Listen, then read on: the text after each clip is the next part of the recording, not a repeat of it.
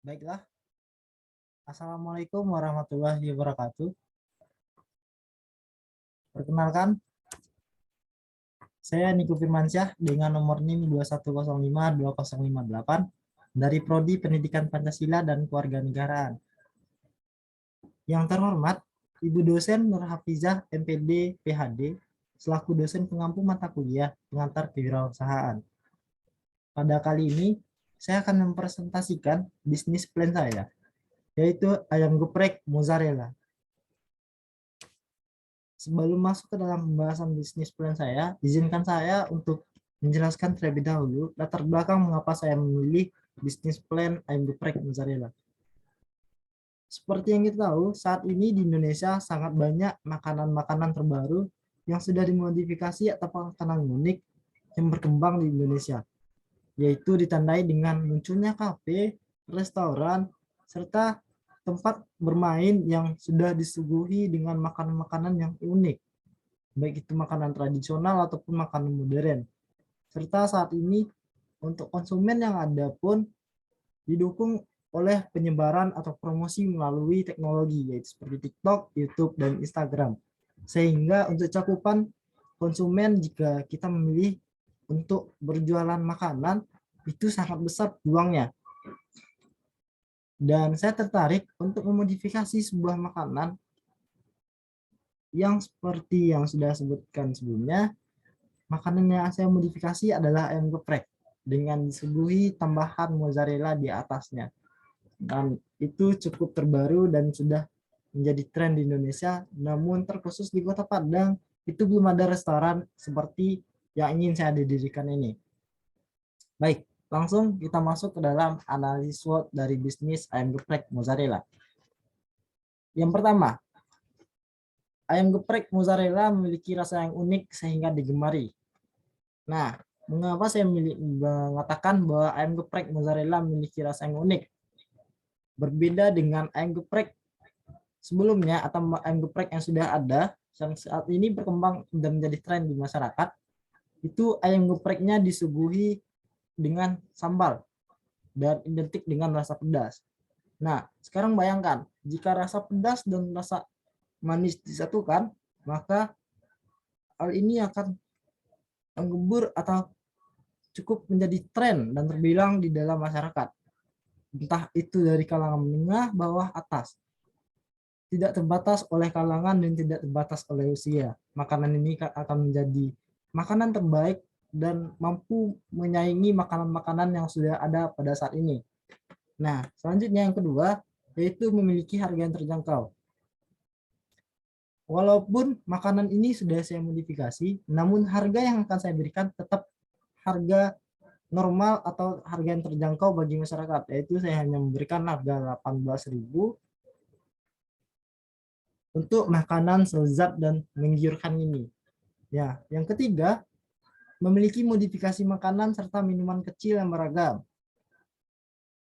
Tentunya jika kita berjualan makanan, maka itu kita dampingi juga dengan minuman-minuman kecil guna untuk menambah cita rasa dari makanan itu sendiri, serta menambah ketertarikan konsumen agar membeli makanan-makanan lain dan untuk datang kembali ke restoran yang kita dirikan. Yang keempat, kekuatan dari bisnis ini itu terletak di lokasi yang cukup strategis. Mengapa saya mengatakan terletak di lokasi yang strategis? Itu dikarenakan pertama, dekat dengan kampus, dekat dengan pantai, dan dekat dengan perkantoran. Nah, tiga ini saja terbilang memberikan peluang atau memberikan keunggulan terhadap bisnis ini. Apalagi didukung dengan pemasaran online. Nah, dengan pemesanan online ini, konsumen dapat memesan dari rumah dan pesanan akan diantarkan ke alamat atau alamat dengan penambahan biaya pengiriman. Jadi, untuk bisnis ini tidak terbatas tempat dan wilayah penyebaran atau berkembangnya bisnis ini. Yang kedua, itu kelemahan atau weakness. Kelemahan dari bisnis ini hanya dua, yaitu produk ayam geprek yang sudah banyak saingannya dan produk ayam geprek yang mudah dibuat sendiri. Karena saat ini masyarakat sangat pandai untuk memanfaatkan teknologi seperti Google Chrome untuk mencari menu atau resep dari ayam geprek. Nah, analisis SWOT yang ketiga adalah peluang atau opportunities. Pada produk ayam geprek mozzarella ini terdapat berbagai makanan kecil atau minuman kecil untuk menambah kelezatan dan kenikmatan. Sehingga saya rasa cakupan konsumen ini akan menjadi lebih luas. Karena semakin banyak makanan dan minuman, maka akan semakin banyak juga ketertarikan konsumen terhadap bisnis ini. Selanjutnya yang keempat, yaitu ancaman atau threats. Yang pertama ancamannya adalah saingan dengan para pelaku usaha lain yang sejenis. Namun saya lihat saat sekarang, untuk pelaku usaha sejenis ini yang saya maksudkan adalah pelaku usaha ayam geprek biasa yang sudah banyak berkembang saat ini.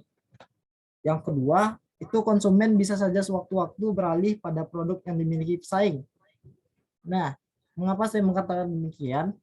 Karena kebiasaan masyarakat Indonesia yang mudah terpengaruh atau mudah terbawa arus oleh tren yang disebarkan melalui media online.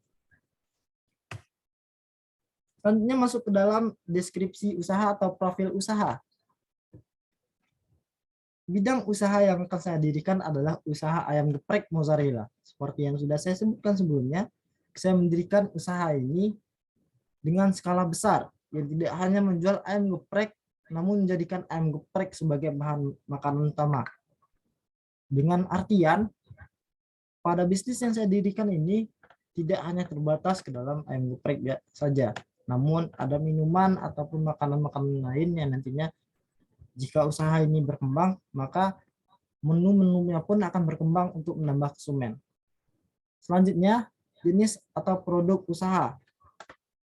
Jenis usaha yang akan kami jalankan atau saya jalankan itu bergerak dalam produksi barang makanan, yaitu ayam geprek, mozzarella, dan minuman lainnya. Yang ketiga, kegunaan, keunggulan, keunikan, atau inovasi produk. Yang pertama itu mengikuti tren makanan saat ini. Itu adalah keunggulan pertama dari bisnis saya. Mengapa demikian? Karena saat ini di Indonesia, tren yang makanan itu adalah makanan dimodifikasi. Dan untuk penyebaran tren ini sendiri cukup terbilang cepat. Mengapa demikian? Karena saat ini penggunaan teknologi media sosial itu sangat tinggi di Indonesia. Karenanya jika saya mendirikan usaha ayam geprek mozzarella yang belum ada sebelumnya ini, maka usaha ini akan menjadi tren dan akan mendapatkan konsumen yang sangat banyak, tidak terbatas oleh tempat dan tidak terbatas oleh waktu, karena didukung oleh penggunaan atau pemanfaatan teknologi media sosial. Yang kedua, modal minim tapi untung besar. Maksud saya dari kata-kata saya ini adalah dalam mendapatkan modalnya itu sangatlah mudah. Kenapa? Karena bahan baku yang dibutuhkan itu tidak banyak dan sangat banyak tersedia di pasar ataupun di supermarket terdekat. Dalam mana makanan yang saya maksud adalah seperti ayam, tepung, sambal, dan mozzarella sebagai tambahan menu makanan yang akan saya dirikan. Yang ketiga, yaitu cara pembuatan yang relatif mudah. Mengapa saya mengatakan cara pembuatan yang relatif mudah? Itu dikarenakan pada saat ini atau sebelumnya, ayam geprek adalah masakan rumahan. Karena itu, pembuatannya pun relatif mudah dan tidak bertele-tele, seperti makanan-makanan lainnya. Makannya simpel, tapi memiliki kelezatan dan kenikmatan sendiri. Selanjutnya, lokasi usaha. Saya akan mendirikan usaha ini di Jalan Cendrawasih, Kelurahan Air Tawar Barat, Kota Padang. Lokasi ini cukup strategis menurut saya karena ramai penduduk atau padat penduduknya. Yang kelima itu resiko bisnis dan pengelolaannya. Dalam memikirkan risiko bisnis ini, saya membaginya terhadap dua risiko, yaitu risiko internal dan risiko eksternal. Karena belajar atau berwawasan atau mengambil pelajaran dari bisnis-bisnis orang lain, seringkali usaha itu bangkrut atau hancur bukan karena konflik internal saja, namun juga ada konflik eksternalnya. Begitupun sebaliknya. Yaitu pertama, risiko internal, kesalahpahaman antara anggota dalam mengelola bisnis, dan ketidakpastian dalam beli bahan baku. Dua risiko yang saya sebutkan ini adalah risiko yang biasanya terjadi pada bisnis-bisnis dalam jangka waktu pendek, seperti bisnis coffee shop itu seringkali bangkrut atau hancur karena konflik di antara pegawainya sendiri. Yang kedua, ada risiko eksternal, yang itu adanya bahan yang tidak sesuai rencana, ketatnya persaingan, menurunnya daya beli masyarakat, harga bahan baku yang tiba-tiba meningkat, pesaing mulai bermunculan, dan yang terakhir tidak tercapainya target penjualan. Pokok permasalahan dari risiko eksternal itu terfokus terhadap dua, yaitu bahan baku dan masyarakat. Bahan baku yang terbatas atau bahan baku yang kadang harganya naik turun. Karena perekonomian di Indonesia sendiri setiap tahunnya itu selalu naik turun atau berubah-ubah harga bahan bakunya. Dan untuk masyarakat, seperti yang saya sebutkan tadi, yaitu mengikuti tren. Karena itu sangat sulit untuk mengendalikannya.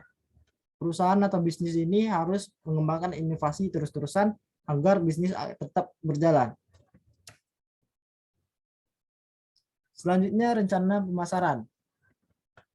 Target konsumen saya terhadap bisnis ayam geprek mozzarella adalah masyarakat yang tinggal di sekitaran Jalan Cendrawasih, Kelurahan Air Tawar Barat ini. Mengapa demikian? Karena jika tempat ini sudah diramaikan oleh wilayah warga setempat, maka bisa dipastikan jika makanan saya ini cukup menarik perhatian masyarakat, baik itu masyarakat dari dekat restoran ataupun dari jauh. Dan saya tidak takut untuk mengembangkan lebih jauh restoran ini, karena seperti yang sudah saya katakan tadi, bisnis ini akan berkembang jika bisnis ini mampu memanfaatkan penggunaan teknologi. Kemudian, target konsumen saya yang terkhusus adalah anak muda atau mahasiswa UNP, karena tempat ini sangat dekat atau berdampingan dengan kampus Universitas Negeri Padang, dari mana kampus ini adalah salah satu kampus terbesar yang ada di Sumatera Barat, dan tidak terbatas oleh jenis kelamin maupun kalangan. Karena saya menempatkan harga pada bisnis ini sangatlah murah dan terjangkau oleh mahasiswa-mahasiswa yang ada.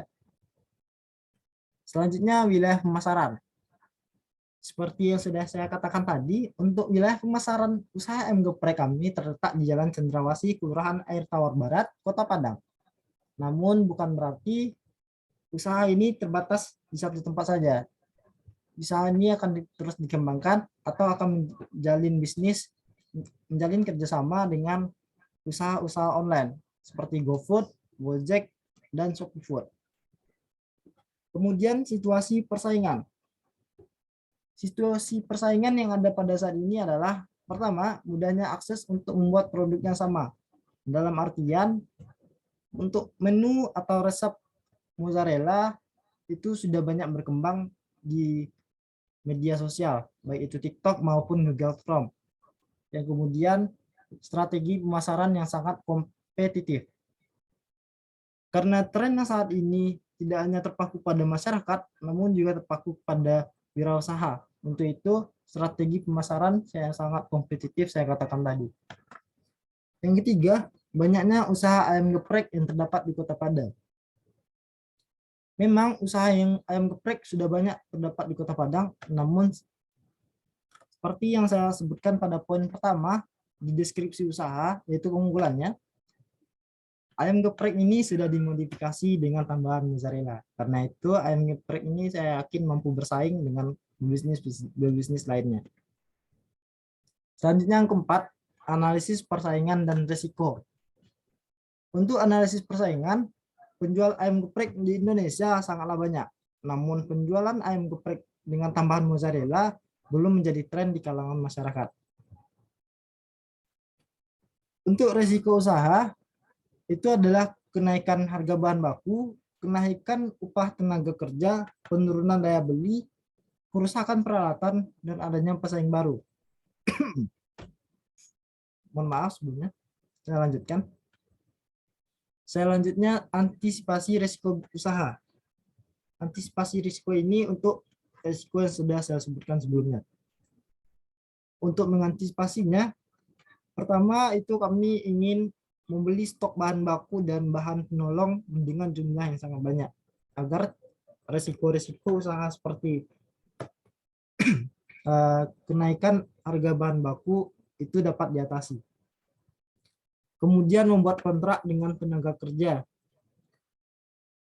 Antisipasi ini untuk menghadapi risiko usaha kenaikan upah tenaga kerja serta penurunan daya beli masyarakat, yang didukung juga dengan antisipasi memperluas saluran distribusi pemasaran, yaitu dengan aplikasi-aplikasi online seperti Shopee Food, Gojek, ataupun GoPay.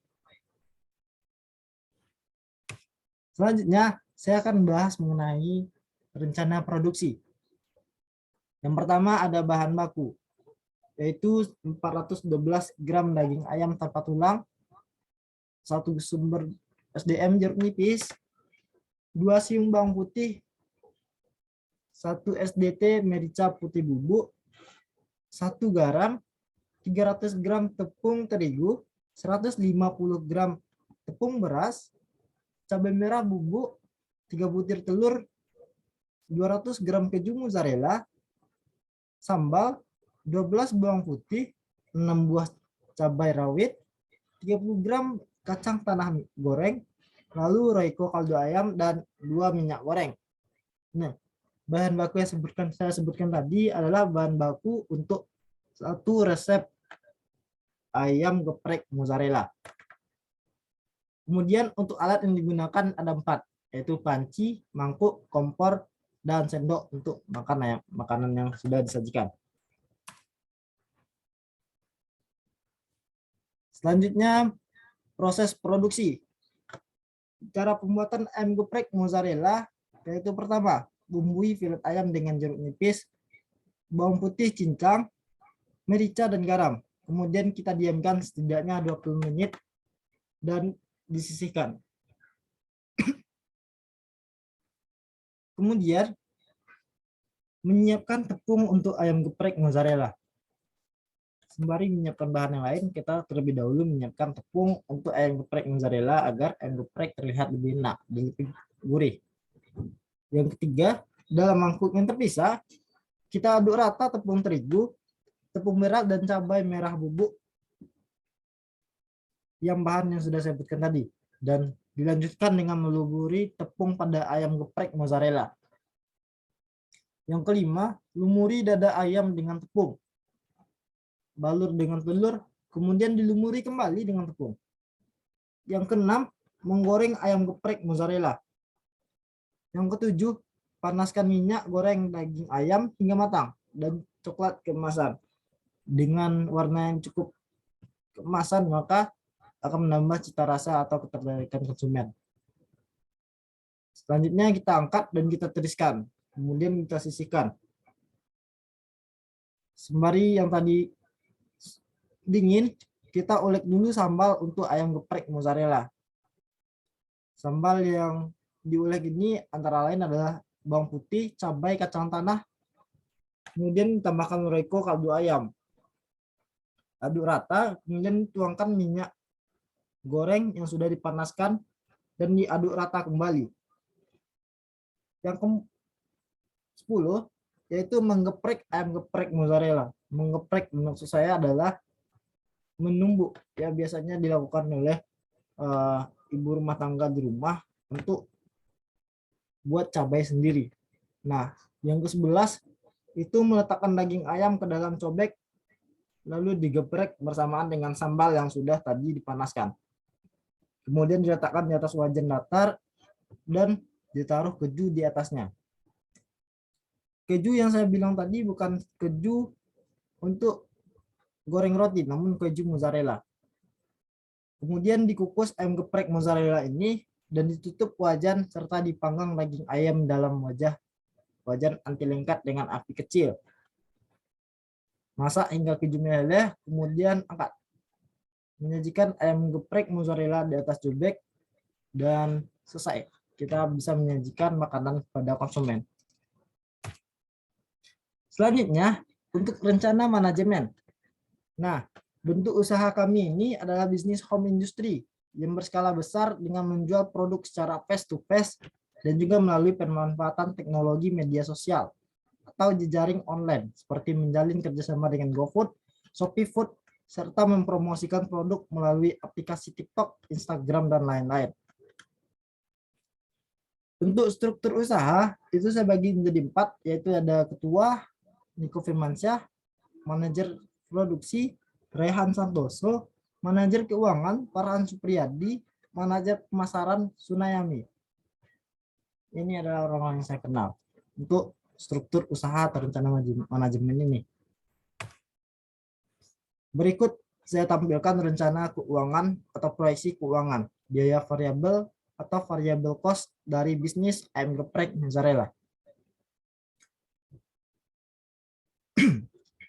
Seperti yang terlihat pada layar PPT, itu ada beberapa bahan ataupun barang-barang yang guna biaya variabel atau variable cost, yaitu seperti ayam, beras, jeruk nipis, bawang putih, merica, garam, tepung terigu, tepung beras, cabai merah, telur, keju mozzarella, sambal, minyak goreng, air galon, minuman, serta dengan tambahan gaji karyawan. Karena gaji karyawan adalah termasuk dalam biaya variabel. Dalam tabel yang saya sajikan, saya juga sudah menyertakan jumlah barang dalam jangka waktu sebulan. Dan saya tempatkan harga dengan total harganya untuk kelengkapan biaya variabel selama sebulan. Seperti yang kita lihat, berdasarkan banyaknya bahan-bahan yang sudah disusun, itu total biaya variabel atau variable cost bisnis ayam geprek mozzarella selama sebulan adalah Rp19.730.000. Kemudian masuk ke dalam biaya tetap atau fixed cost.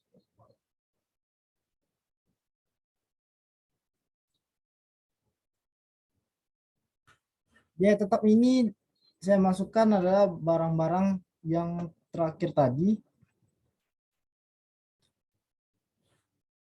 yaitu ada panci, mangkok, kompor, dan sendok. Dengan total biaya Rp870.000. Ini adalah dalam jangka waktu sebulan. Jika seandainya mengalami kerusakan pun, maka sudah tertutupi dengan keuntungan yang lebih besar dari bisnis ayam geprek mozzarella yang saya dirikan. Berikut detail yang seperti yang sudah dilihat, itu ada detail dari bisnis ayam geprek mozzarella, yaitu total biaya per bulan itu fixed cost dengan variable cost ditambah 19.730 ditambah 870. Maka total biaya per bulan itu ada Rp20.600.000. Untuk penghitungan biaya atau keuntungan yang didapatkan oleh perusahaan, maka keuntungan setiap bulan itu dikalikan, karena target perusahaan adalah 100, maka 100 porsi dikalikan dengan 30 hari. Kemudian dikali 18.000 dan dikurangi total biaya. 3.000 dikali 18.000, kemudian dikurangi total biaya. Untuk keuntungan setiap bulannya saja dari penjualan itu ada Rp54 juta dan total biaya ada Rp20.600. Jika dikurangkan, maka keuntungan murni dan tidak dapat digugat atau keuntungan bersih dari bisnis ayam geprek ini adalah Rp33.400.000. Baik, hanya itu poin-poin penting dari bisnis plan saya. Selanjutnya, berdasarkan kesimpulannya, usaha usaha ayam geprek yang saya dirikan ini adalah usaha yang cukup menjanjikan. Dengan skala yang cukup besar, keuntungan yang dapat pun cukup besar. Dengan tren yang cepat berkembang, maka restoran ini juga akan cepat berkembang. Saya berharap bisnis ini dengan makanan atau modifikasi makanan ini, maka akan membawa keuntungan yang cukup banyak dan tidak terbatas ke dalam keuntungan saja. Saya juga dapat belajar dari bisnis yang akan saya kembangkan ini. Baiklah, sekian bisnis plan dari saya. Terima kasih atas perhatiannya. Wassalamualaikum warahmatullahi wabarakatuh.